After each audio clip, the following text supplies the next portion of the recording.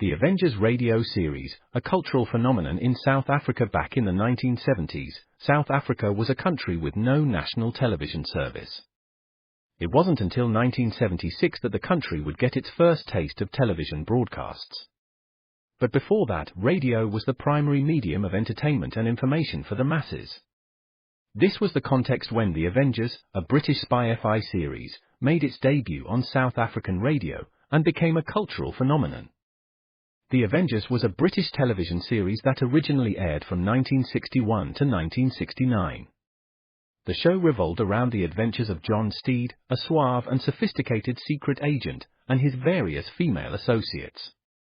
The series was a unique blend of traditional spy thriller elements with science fiction and fantasy, which set it apart from other shows of its time. While the series was hugely popular in the UK and had also made a significant impact in the American markets, being one of the rare British series given a network transmission slot, it was virtually unknown in South Africa. This was primarily due to the lack of a national television service in the country until 1976. However, as a film series, The Avengers was able to gain some exposure in South Africa through film rentals. But it was the launch of the radio series that truly brought The Avengers to the masses in South Africa. Come and listen at www.myclassicradio.net. The Black Museum. Horror and mystery based on Scotland Yard's collection, Orson Welles was both host and narrator for stories of horror and mystery based on Scotland Yard's collection of murder weapons and various ordinary objects once associated with historical true crime cases. Walking through the museum, Welles would pause at one of the exhibits, and his description of an artifact served as a device to lead into a wryly narrated dramatized tale of a brutal murder or a vicious crime. In the United States, the series aired on the Mutual Network between January 1 and December 30, 1952. Beginning May 7, 1953, it was also broadcast over Radio Luxembourg, sponsored by the cleaning products Dreft and Miro. Since the BBC carried no commercials, Radio Luxembourg aired sponsored programs at night to England. In the United States, a program of similar scope, using many of the same picked cases as the Black Museum, and nearly mirroring its broadcast run, was broadcast by NBC called Whitehall 1212. The two shows were different in the respect that while Whitehall 1212 told the story of a case entirely from the point of view of the police starting from the crime scene, the Black Museum was more heavily dramatized and played out scenes of the actual murders and included scenes from the criminal's point of view. Come and listen at www.myclassicradio.net.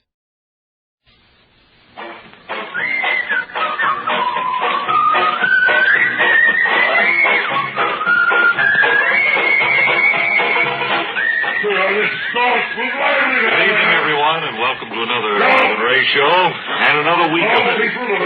You may be able to hear in the background Boyson Wallace, our assistant, as he seats the studio audience, which is preparing to watch another 15 minutes fly by. Here now, coming on stage, are Bob and Ray themselves. Thank you very much, announcer, and hello again, everybody. We want you to be sure and help yourself to the great Bob and Ray bowl containing a dip. And the original Curviers is with us today after 4 weeks of touring through the studios with his accordion. Is that an accordion or a concertina? Concertina, yeah. It's an accordion, I think. The accordion was a little bigger than that. Maybe we can ask Curb one of these days. Well, the great bird is in good shape. The picture window has been cleaned. We have the telescope there. Anyone who wants to look out on the New York skyline can go up there, put a dime in, and for about 45 seconds, you can look through the telescope. A panorama of autumn in New York. As part of the great new fall social season, we are pleased to announce the reopening of a refurbished, renovated, renewed Bob and Ray Gourmet Club. And in just a few moments, we'll go there now to our two assistants, Claude and Clyde, who are standing by there at the Bob and Ray Gourmet Club. Come in, please, Claude and/or Clyde. Claude and Clyde, greeting you once again from the Bob and Ray Gourmet Club. And a big, hearty welcome to the fall social season.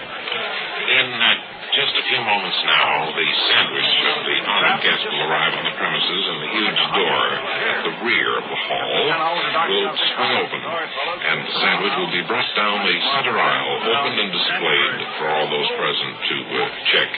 We might point out the beautiful surroundings from which we're broadcasting today.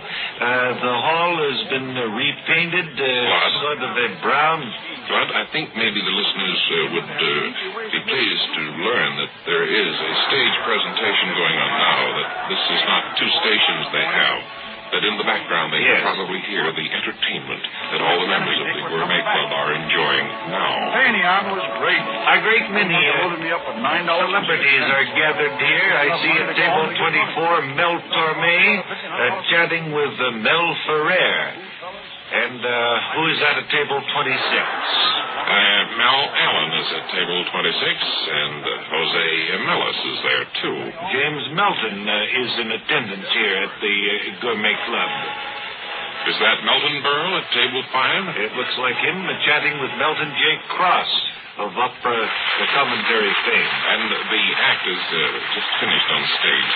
Looking around the room elsewhere, we notice Ricky Nelson, the young singer, is here. And Nelson Eddy, another singer. John Beresford Tipton, the millionaire, is here. And Melanie Cohane Grauer is here present also. Muskmelon is being served now to the members present. Yes, there is a stir at the rear of the huge hall now. That was Robert Q. Mel Lewis coming in. Oh, wonderful. And the doors are swinging open, and I think the guest sandwich has arrived.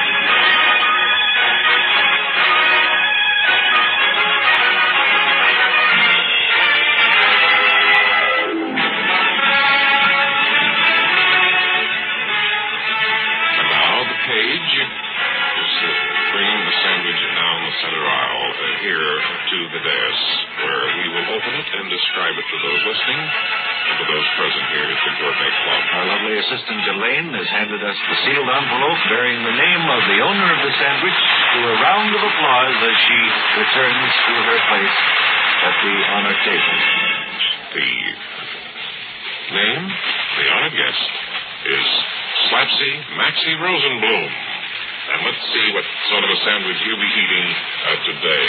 It's arrived in a gray paper bag with the sandwich itself wrapped in waxed paper. Inside, we're removing the waxed paper now. I think we might point out the waxed paper is cut in scalloped edges. And the sandwich is filling. The bread is rye bread. Rye bread. It's a filling of cream cheese and, I believe, blackberry jelly or jam. Cream cheese and blackberry jelly. A nice round of applause for Greek stuff.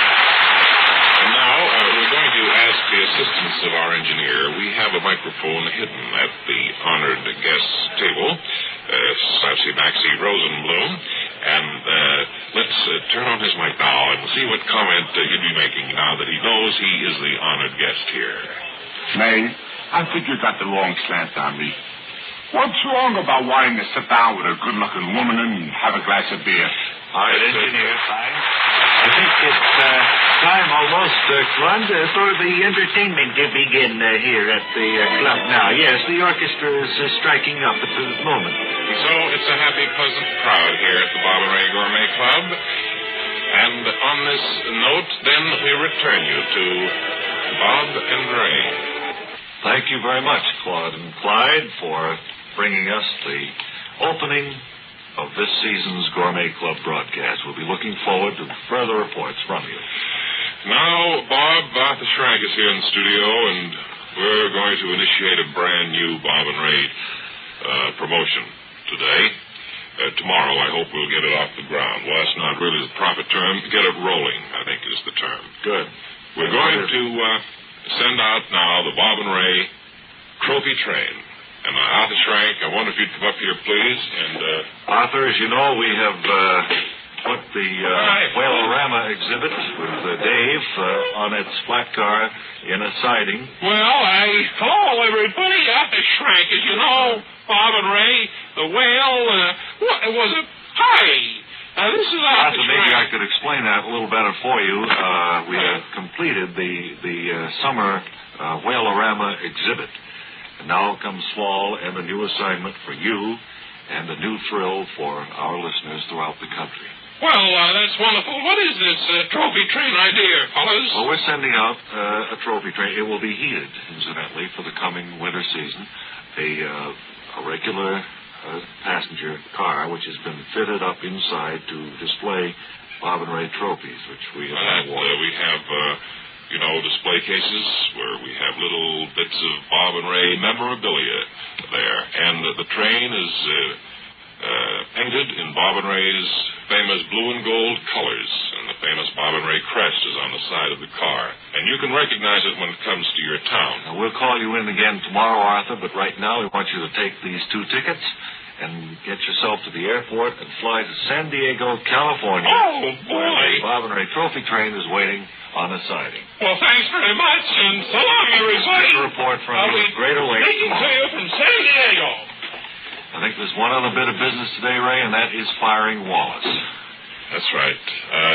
Really not firing him. I think it's a matter of dismissing him on a friendly basis. Yes. Well, he understands.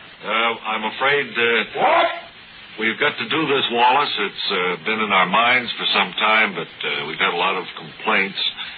We have none ourselves, but it seems that some of the audience members in the past have. Well, I guess that's about it, right? I think we're going to terminate it right here and now. We'll be sorry to see you leave. We'll write you a nice letter of recommendation. You bet, and we want you to pick up your last week's pay. And incidentally, come on up on Mike, Wallace, and if there's anything you'd like to say or sing. Give you a last chance to sing like you want to do all the time. How about that? Go ahead if you want. All right, I'll sing. Goodbye, goodbye. I wish you all a last goodbye. Goodbye, goodbye. I wish you all a last goodbye.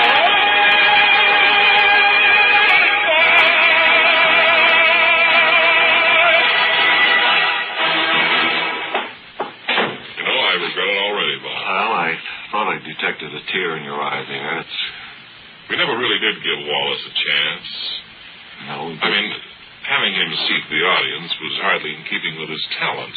Obviously, maybe we could put him on the trophy train and have him sing to people. Hey. We'll have to get in touch with him tomorrow about that, I guess. Our time is almost up for the day. Well, we'll have a preview of tomorrow's special what?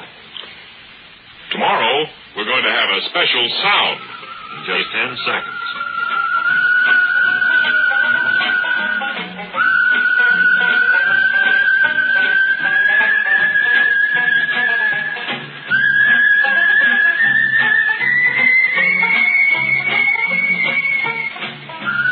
And now, here's the special sound you'll hear tomorrow.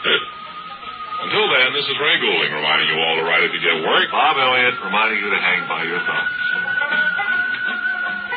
This is the CBS Radio Network.